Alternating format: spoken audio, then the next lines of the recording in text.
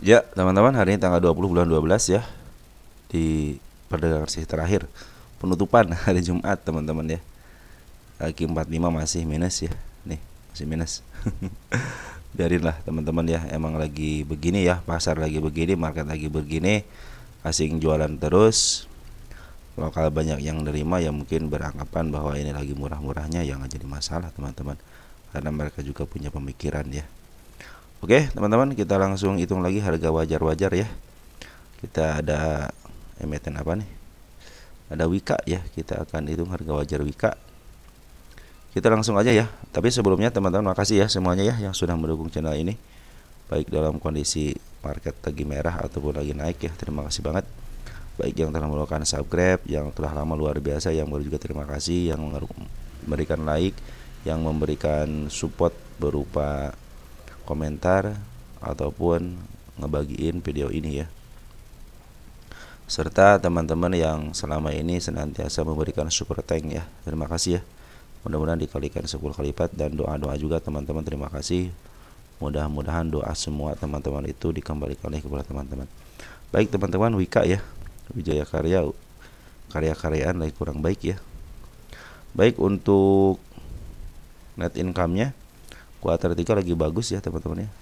Jadi untung 339 dibanding kuartal yang sama tahun sebelumnya, rugi 3,9 triliun ya. Kuartal 2 juga bagus kemarin, dari rugi 1,3 triliun jadi untung 1,5. Kuartal satunya dari 521 miliar ke rugi 1,1 triliun. Artinya tahun ini masih ada kerugian di kuartal satunya. Benar-benar kuartal 4-nya baik ya. Nah, kalau dianualkan ya masih minus teman-teman ya. Oke teman-teman, kita lihat untuk revenue-nya. Revenue-nya dari 5,8 triliun ke 5,014, artinya menurun. Kuartal 2 dari 4,9 ke 4,003 triliun, menurun ya. Kuartal 1 4,3 ke 3,5 menurun juga. Jadi secara revenue lagi menurun teman-teman. Mungkin ordernya kurang baik ya. Tender-tendernya kurang berjalan dengan baik. Tapi semenjak ada pemisahan job desk ya, mudah-mudahan sih ini bisa menjadi lebih baik lagi ya karya-karyaan. Oke, jadi saya tidak menghitung berdasarkan apapun ya teman-teman, yang hanya terlihat di statistik aja. Soal berita, soal apapun tidak ya. Paling saya melihatnya nanti dari mungkin hutangnya atau apapun ya. Untuk PR rasionya minus 18 ya. Kalau secara fundamental ini gimana nih? Di bawah 10, di bawah 1 minus soalnya gitu ya. Bisa jadi seperti itu ya. Kita kan normal-normal aja lah, berarti kurang baik gitu ya teman-teman ya. Terus untuk PBP-nya 0,80. Biasa dijual berapa ini? Untuk PBP-nya, PBC belum disetting ya.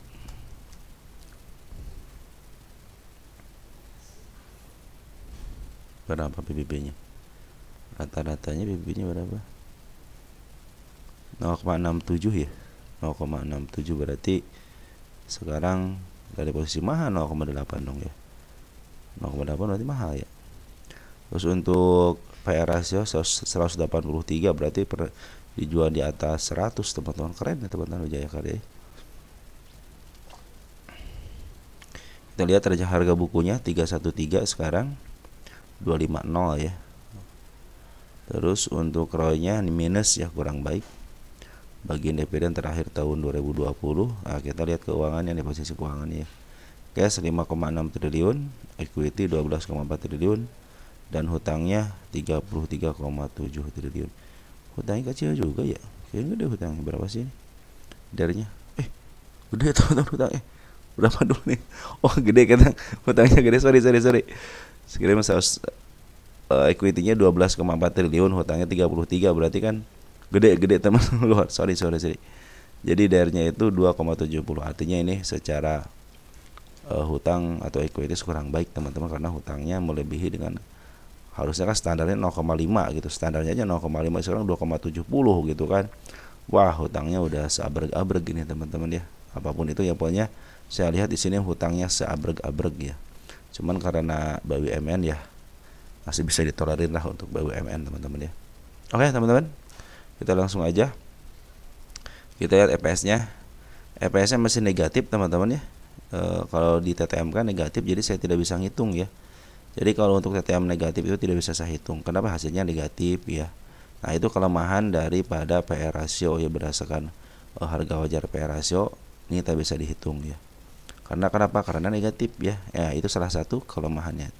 Mendingan 0, daripada negatif. Kalau 0, kan masih ada harganya. Kalau sudah negatif udah, istilahnya udah nggak bisa dihitung karena hasilnya pasti negatif. Jadi kita akan hitung berdasarkan harga buku aja ya. Harga bukunya berapa? 31327 ya. 313.27 dikali untuk PBB nya tadi berapa? 0, berapa? 0,67 ya. 0,67 209 teman-teman ya. Untuk harga wajarnya sekarang itu 209. Kita tulis ini sebentar ya. Nah, teman-teman udah saya hitung ya. Ini berdasarkan hitung-hitungan ya. Jadi sekarang PBB-nya itu, harga wajarnya itu PR ratio masih negatif, artinya masih minus. Nah, untuk PBB-nya ada peningkatan ya. 198 ke 209 ya, sekitar 11 poinan ya. Betul, 11 poinan, 29. Ya, sekitar 11 poinan, jadi tidak terlalu signifikan ya. Nah, sekarang teman-teman, sekarang harganya 250. Sedangkan harga wajarnya berdasarkan PBB itu 209, berarti sekarang lagi mahal-mahalnya, lagi mahal juga sekitar 50 poinan ya. Nah, teman-teman, untuk penurunannya bisa ke area 211 sama 181 ini ya untuk sementara. Nanti kita akan lihat lagi setelah jebol yang ini. Nah, ini pertahanan pertama, penurunan wajibnya sudah kejebol ya. Kita hapus ya. Terus apakah akan ada tanda-tanda kenaikan? Nah, sekarang kita bicarakan kenaikan. Sudah diperlihatkan mau ke angka 272 ya, berdasarkan si kepala merah. Ini juga di angka 291, terus di angka 309 itu area kenaikannya, ada juga di 334. Jadi teman-teman kalau yang nyangkut di area situ average aja di bawahnya. Tapi nanti ya setelah MA10 di bawah candle ya. Ingat, setelah MA10 di bawah candle dan si candlenya menuju ke atas. Setelah MA10-nya di bawah candle dan si MA10-nya menuju ke atas. Target saya itu di angka 490 untuk WK ini ya. Ini dari bulan 8 dari tanggal 8 bulan 10 ya, tahun 2024 nih. Belum ketulis nih tahunnya. Mana nih? Kenapa nggak bisa diedit? Tunggu sebentar ya, kita edit di sini dulu deh. Karena langsung nggak ketulis ya. Nah, teman-teman, udah saya ganti tahunnya, biar siapa tahu kejemputnya tahun 2025 gitu kan, atau enggak 2026 gitu. Nah, untuk isian teman-teman perhatikan, bandar lokal dan poin terus ngambil ya. Ada beberapa kali penjualan pada bulan November ya, penjualan, tapi cenderung dia ngambil lagi. Dan beberapa hari juga ini juga sudah mau ngambil lagi teman-teman. Perhatikan ya, ini sudah mulai hijau royo-royo, ya juga sudah mulai hijau royo-royo ya untuk porennya. Berdasarkan dilihat dari sini, ternyata barang lokal dan poin itu cenderung dia melakukan bukan kerjasama ya, barang-barang lah, ketika dia memaaf harga dia juga ikutan gitu ya. Nah, seperti itu teman-teman untuk Wikaya. Jadi kecenderungan ke atasnya ada kalau kita ngikutin si bandarnya sekarang. Kalau teman-teman bandar homologi yang mungkin sebenarnya masih di atas gitu kan, cuman sekarang candle dia masih merujuk ke bawah. Makanya antara bandar homologi, candle sama fundamental itu saling keterkaitan lah, seperti ini teman-teman. Smart money juga sudah mulai pada masuk teman-teman, bagus ya, udah mulai masuk. Ini juga MA200 sudah ketembus. Jadi kemungkinan ke bawahnya ya, kemungkinan ke bawahnya ada, karena secara candle seperti ini ya. Mungkin si bandarnya baik foreign ataupun lokal mau ngambil barang di bawah ya. Mungkin untuk mereka juga butuh untuk average lah teman-teman ya, ataupun dengan RDN yang istilahnya yang ada dengan akun yang berbeda bisa ngambil area bawah. Oke, untuk Wika seperti teman, jadi masih walaupun ada penurunan, tapi pengambilan dari barang lokal dan benar cenderung bagus. Ada support di 210 sama di angka 181. Mungkin mau mengejar ke harga PB-nya mungkin gitu teman-teman ya. Nanti kalau mau average, tunggu aja MA10-nya di bawah candle ya. Dan si FA10 lagi merujuk ke atas. Itu mungkin pertanda dia mau ke atas. Oke, teman-teman, seperti itu ya untuk Wika ya.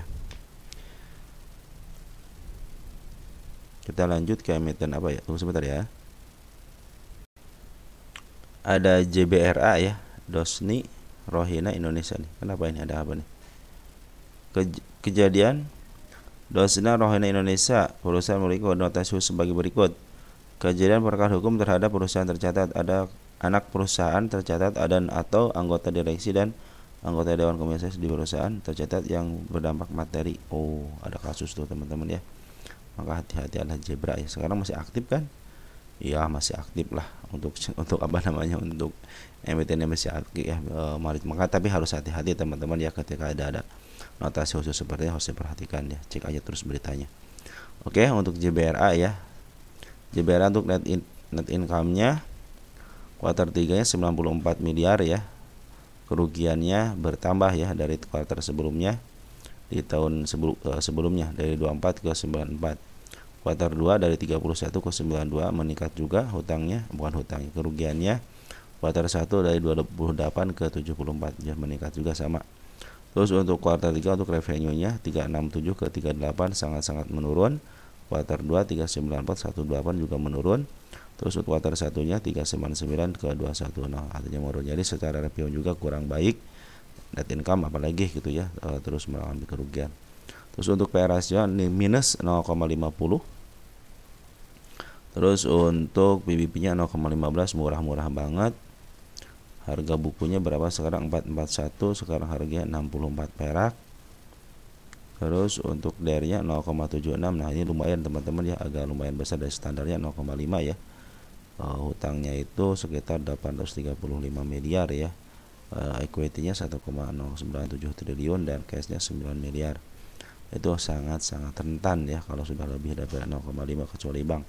Untuk ROI-nya kurang memuaskan dan tidak memuaskan. Minus 28% ya. Tidak bagi dividen. Terus untuk equity-nya 1,97 ya. Oke, teman-teman, kita langsung hitung aja ya. Berapa sih harga wajar berdasarkan PE ratio? Berarti untuk EPS-nya kan negatif enggak? Nah, karena EPS-nya negatif ya udah, seperti halnya Wika tidak bisa dihitung, maka kita akan ngejar harga wajar berdasarkan PBB aja ya. Untuk harga bukunya 44121. Kita tulis-tulisin aja. 441 lupa 44121 titik 21 dikali PBB nya berapa? 0,93.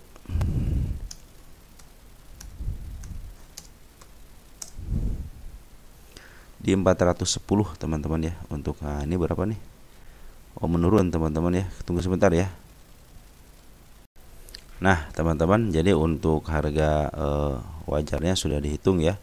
Nah ini nih, jadi dari 500 ke 410 artinya ada penurunan ya untuk PBB nya.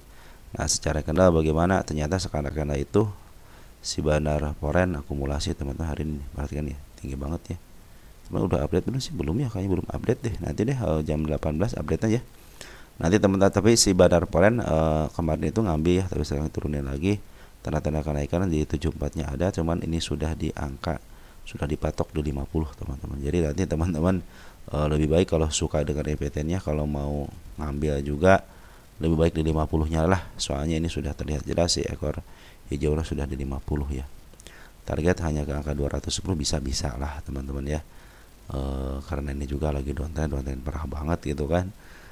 Waduh banget. Tapi dia cenderung waktu 10 tahun ini tidak punya sejarah teman-teman ya, belum punya sejarah. Kita cek di Google deh. Siapa tahu JBRA ini punya sejarah. Ketika punya sejarah enggak? Ya, tapi punya sejarah teman-teman, sejarah di 50 ya. Perhatikan nih. 41 ya. 41 sih ini. Kok 41 ya? Tahun berapa ini? 2019 teman-teman. Jadi ada sejarahnya di harga ke bawah teman-teman. Dia punya sejarah di harga bawah ya. Jadi kalau dia ke bawah ya lumayan teman-teman ya. Dia bersandar diangkat-angkatnya tahun berapa ya? Tahun 2020. Berarti 1 tahun teman-teman. Ya kalau kita lihat berdasarkan sejarah berarti kan 21 2019 2020 diangkat ke berapa nih yang paling tingginya? Ke berapa nih? Nah ke 117 ya, tertingginya 2020. Dibawa ke bawah lagi terus bisa diangkat ke harga sampai ke harga 400 teman-teman ya. Jadi 400 lebih ya. Nah, ke harga 965 malahan ya, ke 900 terus di downtrendkan, dan ini sekarang lagi turun. Jadi lebih baik teman-teman kalau yang punya Zebra, kalau teman-teman suka dengan sejarahnya ya, ini sejarahnya ada, cuma teman-teman harus nyangkut dulu minimal ya 1 tahun ya. Tapi mudah-mudahan tahun ini berubahlah peraturan bandarnya mungkin ya. Kalau sudah melihat seperti ini teman-teman ya,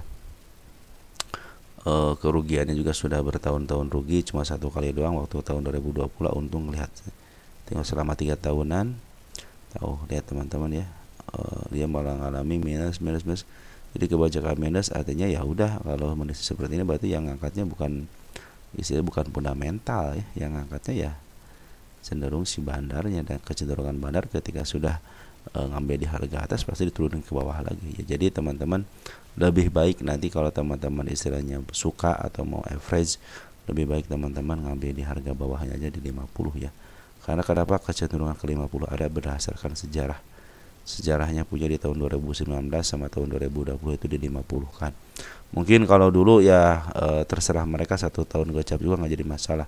Kalau sekarang 50 tidak bergerak selama 3 bulan dan transaksi rata-ratanya tidak 5 juta selama 3 bulan, maka akan di FCA kan. Jadi nanti terserah bandarnya mau main di FCA atau mau main di 50 kembali gitu ya selama 3 bulan. Oke teman-teman, untuk Zebra seperti itu ya. Jadi teman-teman yang punya Zebra juga harap hati-hati ini ya, harap hati-hati. Mereka kenaikan juga hanya sementara aja. Lebih baik teman-teman kalau yang nyangkut ya tinggal berpikir. Kalau yang hobi katos silahkan, tapi kalau teman-teman hobi dengan saham 50-an dan cenderung orangnya penyabar, mungkin ini kesempatan baik. Tinggal nunggu aja sekitar, kalau sekarang dulu sekitar 1 tahunan ya, mungkin karena ada FCA sekarang mereka punya kesempatan ya bisa main di FCA atau di 3 bulan di up lagi gitu ya teman-teman. Oke, untuk Zebra seperti itu teman-teman. Secara fundamental ya kurang baik karena PR ratio negatif, hanya bisa dihitung berdasarkan PBB sama seperti Rebika ya. Sekian dan terima kasih. Ciao, sampai jumpa nanti deh tanggal jam 6 sore ya. Untuk rekamannya mungkin diuploadnya habis jam 19-an ya. Ciao.